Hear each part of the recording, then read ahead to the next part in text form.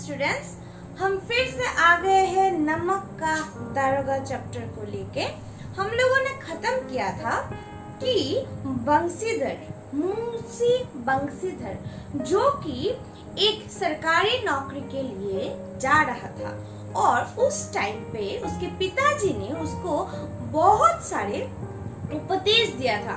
उस उपदेश में उन्होंने जाहिर किया था कि हमारे जो गवर्नमेंट से जो पैसे मिलते हैं एज फॉर सैलरी, वो हमारे इतना काम का नहीं है, या फिर इससे हमारा जो इच्छाएं है, हमारे जो वासना है, उसका संपूर्ण क्या नहीं होता, संतुष्टिकरण नहीं होता। इसीलिए हमें क्या किस पर ध्यान देना चाहिए? ध्यान देना चाहिए ऊपरी कमाई से। ऊपरी कमाई कौन देता है? हमारे वक्ता के, हमारे जो मुंशी बंशीधर है, उस बंशीधर के पिताजी के अनुसार वो ऊपरी इनकम देता है ईश्वर। वो हमें लेना चाहिए, घूस लेना हमें जरूर चाहिए, उस पर ज्यादा ध्यान हमें देना चाहिए। लेकिन मुंशी बंशीदास, उनका जो रुतबा था या फिर उनका जो पहचान था वो था, हम लोगों ने पढ़ा था कि धैर्य था उनका मित्र, बुद्धि था उनका पथ प्रदर्शक और आत्मावलंबन था उनका क्या सब कुछ उनका आत्मबलिदान था उनका सहायक मतलब सहारा अगर कुछ था तो उसका आत्मावलंबन। वे अपने इस तीनों विचारों को लेकर ये आगे बढ़ते थे। हम लोगों ने यहाँ पे खत्म किया था। फिर लेकिन अच्छे सुकून से चले थे, वो चले गए। पापा का बात जो बोलना है, पापा का बात जो बोल रहे थे वो सुना उनके, फिर वो चले गए। फिर वेतन अच्छा और ऊपरी आय का तो ठिकाना ही ना था। उनको क्या मिला? देखो, उनको नमक विभाग के दारोगा पद पर प्रतिष्ठित हो गए। उनको एक नौकरी मिल गया। क्या? नमक का दारोगा। जो नमक का क्या, वहाँ पे दारोगा यानी पुलिस के तौर पर उनका नौकरी हो गया। फिर वृद्ध मुंशी जी को सुख संवाद मिला तो फूल न समाये, यानी मुंशी बंशीधर के पिता ने जब सुना कि नमक का विभाग में उसका बेटा का जो दारोगा पोस्ट में उसका नौकरी हो गया, तो उसका खुशी का ठिकाना नहीं रहा। वो बहुत खुश हो गए थे। महाजन कुछ नरम पड़े, कलवार की आशा लता लहराई, पड़ोसिया के हृदय में शूल उठने लगे। शूल मतलब त्रिशूल, यानी ये तो होता ही रहता है। अगर कोई किसी यानी पड़ोसी में अगर कोई बहुत अच्छा बन जाता है, बहुत अच्छा कमाता है, तो क्या होता है, बाकी जो नहीं कर पाते वो उसके ऊपर बातचीत करते हैं। हाँ देखो, इसका तो ये नौकरी मिल गया, हाँ देखो ये तो वो बन गए, उनको बहुत पैसा है, जरूर कुछ घोटाला होगा, जरूर वो होगा। ये तो होता रहता है, वो पहले भी था, वो अभी भी है, शायद बाकी दिन भी रहेगा। तो बोले कि महाजन जो थे, जो जिनके पास से ब्याज लेते थे, वो ब्याज अभी नहीं पड़ेगा क्योंकि उसकी नौकरी हो गया, सरकारी नौकरी हो गया। कलवार की आशा लता जो फील है या फिर उम्मीद है वो बढ़ गया। हमारे वो बंशीधर के पिता का बहुत ज्यादा आशा बढ़ गया और शुरू हो गया पड़ोसी में अपने मन में बीत गए शूल त्रिशूल, दर्द भरा जीवन शुरू हो गया। जाड़े के दिन थे और रात का समय था। जाड़े का मतलब ठंडा ना, ठंडे के दिन थे और बहुत रात। एक रात के बारे में अभी हम लोग पढ़ेंगे। नमक के सिपाही चौकीदार नशों में मस्त थे। नशा करके वो जो सिपाही थे या फिर चौकीदार थे, वो मस्त नशा करके वो मस्त नेशावर्ग में खो गए थे। मुंशी बंशीधर को यहाँ आए अभी 6 महीने से अधिक न हुए थे, लेकिन इस थोड़े समय में ही उन्होंने अपनी कार्य कुशलता और उत्तम आचार से अफसरों को मोहित कर लिया था। वे आए थे, कितने महीने हो गए थे? 6 महीने हो गए थे। इसके पहले जो क्या होता है, नशे में धुंध रहते थे सिपाही, उनके आने के बाद ही उनका जो बलिदान है कार्य में, अपना सफलता में, अपने कार्य में उनका जो बलिदान है, उस बलिदान से वो जो नशे में धुस्त जो सिपाही वगैरह थे, वे बहुत ज्यादा इम्प्रेस्ड हो गए और वो भी अच्छे से नौकरी करने लगे, वो भी अच्छे से नशे को छोड़ के ड्यूटी करने लगे थे। अफसर लोग उन पर बहुत विश्वास करते थे और विश्वास जीत लेते, बहुत ज्यादा विश्वास करते थे जो वहाँ के सिपाही या फिर वो अफसर लोग थे। नमक के दफ्तर से 1 मील पूर्व की ओर जमुना बहती थी। हम लोग यहाँ पे एक नदी का नाम हम लोगों ने पढ़ा, क्या? जमुना। जमुना नदी। क्या बोला यहाँ पे कि जो नमक के जो दफ्तर है, जो ऑफिस है, उसके मील पूर्व दिक में एक नदी है जिसका नाम है जमुना। जमुना बहती है, उस पर नाव का एक पुल बना हुआ था और फिर वहाँ पे एक मतलब नाव आ सके इसलिए एक पुल था उस नदी के सामने, ताकि यहाँ से लोग यहाँ पर आ सके, यहाँ से लोग यहाँ जा सके, इसलिए ये पुल था। दारोगा जी किवाड़ बंद किए मीठी नींद से सो रहे थे और दारोगा जी सब काम वाम खत्म करके फिर वो अच्छे से नींद में चले गए थे। वो अच्छे से नींद बिताने के लिए वो मीठे नींद में चले गए थे। अचानक आँख खुली तो नींद के प्रवाह की जगह गाड़ियों की गड़गड़ाहट तथा माल्लों की कोलाहल सुनाई दिया। अचानक उसकी आँख खुल गई और आँख खुलने के बाद जो नदी की जो प्रवाह है, जो स्रोत के जो क्या बोलते हैं उसको, जो किलकारियां है, जो आवाजें है नदी का, जो वो जब बहते हैं उसका जो आवाज है, वो आवाजें किस में बदल गई? गाड़ियों की झंकारों में, गड़गड़ाहट में और मल्लाहों के मतलब जो चीज कुछ ले जा रहे थे उसके कोलाहल में, चित्कार में, वो जो नदी की जो प्रवाह की जो क्या थे, लहराए हुए आवाज थे, वे परिवर्तित हो गए थे। तो उन्होंने फिर क्या किया? देखो, उठ बैठे, फिर वो उठ गए।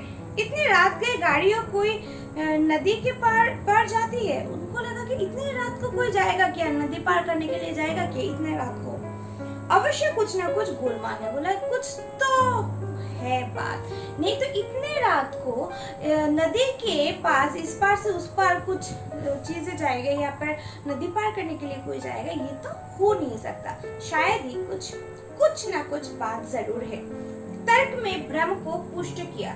फिर तर्क, भ्रम जो था उसको कि शायद नहीं ऐसे ले जा रहे थे, जब उन्होंने वो जो धैर्य और फिर उसका आत्मावलंबन, वो जो अपने युक्ति से वो विचार किए, तब देखा कि नहीं सचमुच कुछ ना है। तो उसका जो भ्रम था वो टूट गया और तर्क से वो इस विश्वास पे जा गिरे कि कुछ ना कुछ जरूर हुआ है। वर्दी पहने, चमचा जेब में रखा और बात की बात में घोड़ा बढ़ाए हुए पुल पर आ गिरा। फिर उन्होंने अपना जो वर्दी है उन्होंने पहना, फिर चश्मा जो है उन्होंने अपने जेब में रखा और फिर घोड़े में बैठकर वो पुल के पास जा पहुंचे। गाड़ियों की एक लंबी कतार पुल के पार जाती दिखी। गाड़ियों के बहुत ज्यादा मतलब जो रेलगाड़ी में जो बोगी होते हैं वैसे पहले गाड़ी ऐसे बोगिया थी, तो बोगिया में चीजें लेके यहाँ इस पार से उस पार होते थे। तो देखा कि बहुत बड़ी ऐसा क्या था, कतार था जो पुल के पास जाते हुए दिखाई पड़ा हमारे मुंशी जी को। डांट कर पूछा किसकी गाड़ियां है? तो उन्होंने इतनी रात को ये जा रहा था तो इसने पूछा, डांट के जोर से पूछा किसकी गाड़ियां है ये सब? ये देखो, ये मैं तुम लोगों को एक पिक्चर दिखा रही हूँ तो समझ में आएगा। ये देखो, हाँ ये जो गाड़ियां है बहुत ज्यादा, ये नदी के पार में पुल है और फिर दारोगा जी यहाँ पे आए हैं। ये देखो, ठीक है, कुछ ये जो पुल है, ये पुल है, देखो इस पुल से ये नीचे जमुना नदी, फिर उसका पुल है, उस पुल से यहाँ के लोग यहाँ जा सकते थे। ठीक है, यहाँ जा रहे थे। समझ में आया? ओके। थोड़ी देर तक सन्नाटा रहा। सन्नाटा मतलब सब चुप रहे। जब दारोगा जी ने पूछा कि किसकी गाड़ियां है तो चुप हो गए, सब सन्नाटा हो गए, चुप सब। आदमियों में कुछ कानाफूसी हुई। तब आगे वाले ने कहा, पंडित आलो पे दिन की। अभी हम लोगों ने और एक कैरेक्टर हम लोगों को मिला। पहले तो ये जब बोला कि किसकी गाड़ी है तो सब चुप हो गए, फिर लड़कों के बीच कानाफूसी हुआ और फिर एक ने बोला कि ये जो गाड़ी है, ये गाड़ी किनकी है, ये माल किनकी है? आलो पे दिन।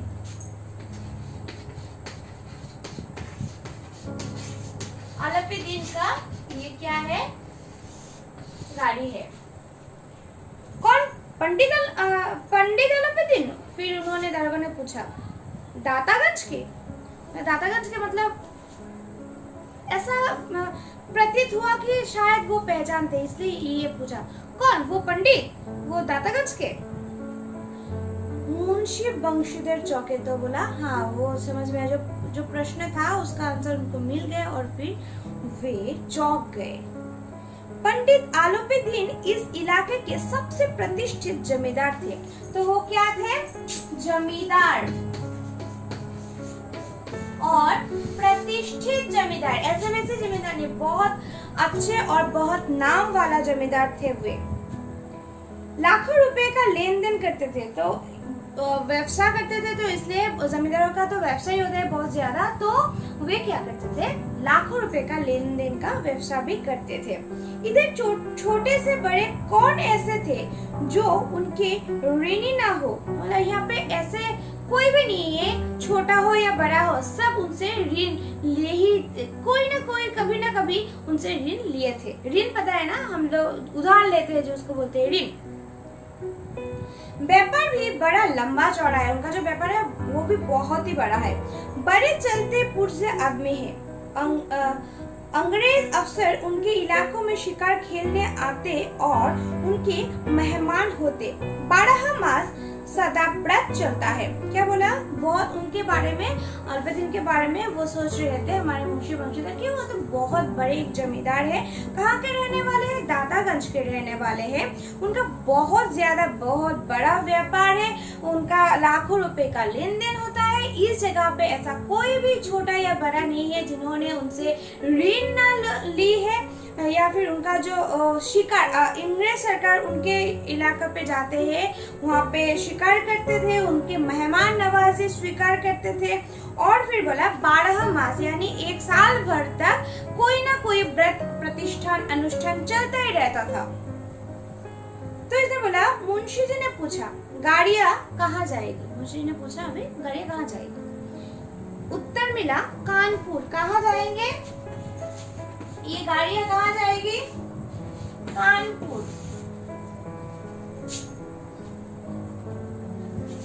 लेकिन इस प्रश्न पर कि इनमें क्या है, सन्नाटा छा गया। और फिर जब पूछा कि ये जो बोगिया है, इस बोगिया में क्या चीज है, क्या लेके जा रहे हैं कानपुर, क्या लेके जा रहे हैं, तब फिर से सब चुप हो गए, फिर से सन्नाटा छा गया। दारोगा साहब का संदेह और भी बढ़ा। एक तो इतना रात, फिर इतने बड़े प्रतिष्ठित जमींदार की चीजें अभी इतने रात को जा रहा है, और तीसरा जब पूछा कि इस बगी में क्या है, तब फिर से सन्नाटा। और फिर मुंशी बंशीधर का जो संदेह था वो पूरा और भी ज्यादा बढ़ गया। कुछ देर तक उत्तर की बात देकर वो जोर से बोले। कुछ टाइम तक वेट किए, सन्नाटा छाया, कोई कुछ नहीं बोल रहा, कुछ नहीं बोल रहा, कुछ नहीं रहा। कुछ टाइम तक वे भी चुप रहे। फिर वे जोर से बोले, क्या तुम सब गूंगे हो गए हो? हम पूछते हैं इनमें क्या लदा है? फिर जोर से बोला, तुम लोग क्या गूंगे हो चुके? मैंने क्या प्रश्न किया? तुम लोगों को सुनाई नहीं दिया? मैंने पूछा कि इस जगह पे ये जो गाड़ी जा रही है उसमें क्या है, क्या चीज है? जब इस बार भी कोई उत्तर ना मिला तो उन्होंने घोड़े को एक गाड़ी से मिलाकर पारे को टटोला। भ्रम दूर हो गया। ये नमक के ढेले थे। क्या हुआ? फिर इस बार भी जब इतना जोर से बोलने के बाद भी जब कुछ आंसर नहीं आ रहा था, तब क्या हुआ? वे घोड़े को गाड़ी से मिलाकर उन्होंने वो जो जहाँ पे रहता है जो दरवाजा है उसको खोला। खोलने के बाद उसका जो भ्रम था कि यहाँ पे कुछ ना कुछ है, वो भ्रम सत्य में बदल गया। उन्होंने देखा यहाँ में नमक की ढेर है, यानी नमक इस पार से उस पार जा रहा था। तो ये जो नमक इस पार से उस पार जा रहा था, इसके ऊपर मतलब ये क्यों इसको अचानक से सब इतने रात को लेके जा रहे थे, और फिर इतने बड़े जमींदार क्यों लेके जा रहे थे? इसके पीछे क्या मसला है? ये नमक के पीछे क्या मसला है? और वो जो वंशीधर के पिताजी ने उनको सिखाया था कि क्या लेना है, घूस लेना है, वो किसकी दान है? वो ईश्वर का दान है। तो अभी क्या वो अच्छे से मतलब क्यों, क्या प्रॉब्लम है नमक ले जाने से, नंबर 1 पॉइंट। नंबर 2, अगर ले भी जाता है तो क्या प्रॉब्लम है।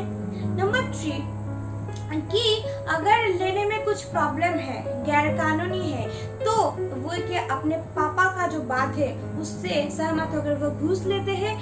नंबर 4, घूस अगर लेते हैं तो कितना लेते हैं। नंबर 5, अगर वो घूस नहीं लेते हैं तो क्या करते हैं। हम इस सारे क्वेश्चन का आंसर निकालेंगे जरूर, पाठ पढ़ते पढ़ते हम जानेंगे जरूर, लेकिन आज नहीं, आज के लिए इतना ही। अगले दिन हम जरूर उसको जानेंगे। लेकिन इसमें मैं और बात बोलती हूँ कि फिर अभी तक मुझे कंफर्मेशन नहीं आया कि तुम लोगों में से किन किन का हिंदी है। प्लीज रिक्वेस्ट के ऊपर रिक्वेस्ट करके जा रही हो। तुम लोग ना वीडियो देखते हो, ना कमेंट्स करते हो, ना नोट्स वगैरह लिख के दिखाते हो, पता नहीं। जिसका मैं श्योर हूँ, एक एडी स्टूडेंट मतलब आर्ट्स का एक स्टूडेंट है, वो शायद खालिद उसका नाम है। तुम्हारा हिंदी है वो मुझे पूरी पता है, क्लियर हूँ मैं। तुम्हें जो इतना दिन तक मैंने जो नोट्स दिया है, जितना भी दिया, फर्स्ट चैप्टर से लेके अभी तक हम लोग का 3 चैप्टर खत्म हो गया। हमारा अपू के साथ 2.5 साल खत्म हो गया, हमारा कबीर का पद खत्म हो गया, हमारा मीरा का पद खत्म हो गया विथ नोट्स। मुझे कल के अंदर, या फिर मैं और 2 दिन दे देती हूँ, एक्सटेंड करती हूँ, 2 दिन के अंदर मुझे वो तीनों चैप्टर का जो वीडियो है उसका कमेंट चाहिए, और फिर जो नोट्स है वो लिख के मुझे दिखाना है मेरे पर्सनल नंबर पे, तुम लोगों को भेजना है। नहीं तो एब्सेंट जाएगा, और एब्सेंट अगर ज्यादा होगा तो एग्जाम में बैठ नहीं पाओगे। ऑफलाइन नहीं है बोल के एग्जाम में ऐसे ही बैठ जाओगे, ये नहीं है। ऑनलाइन में भी हम लोग डेली अटेंडेंस लेते हैं, और अगर अटेंडेंस 75 या 80 शायद अभी क्या हुआ है, इससे कम मिलता है तो आप लोग एग्जाम में बैठ नहीं पाओगे। ये रूल्स बन गया है, ये मेरी और आपकी बात नहीं है, ठीक है। तो बी कॉन्शियस। आज का तुम लोगों का जो होमवर्क है वो यही है कि जो मैंने 3 चैप्टर जो मैंने दिया है, उन 3 चैप्टर को देखो, वीडियो देखने के बाद कमेंट करो, अपना नाम लिखो, अपना स्ट्रीम लिखो, ताकि मुझे क्लियरली मुझे पता चल जाए कि तुम में से किन किन का हिंदी है।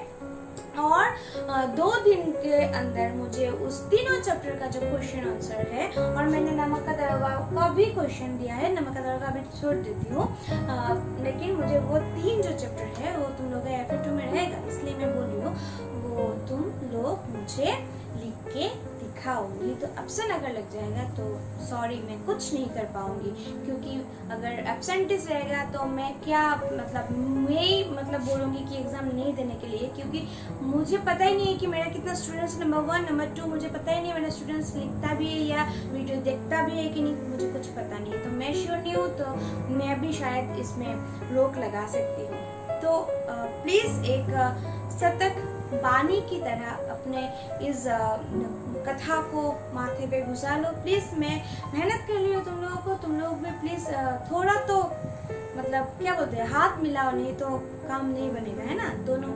दोनों का जब हाथ मिलेगा, मैं पढ़ाऊंगी, तुम लोग पढ़ोगे, समझोगे, तभी ना एक अच्छा कम्युनिकेशन होगा, तुम लोगों को समझ में आएगा और फिर एक अच्छा रिजल्ट भी आएगा, ठीक है। तो आज के लिए इतना ही। अगली क्लास में हम मुंशी वंशीधर क्या करते हैं, क्या डिसीजन लेते हैं, वो देखेंगे जरूर। तब तक के लिए टाटा।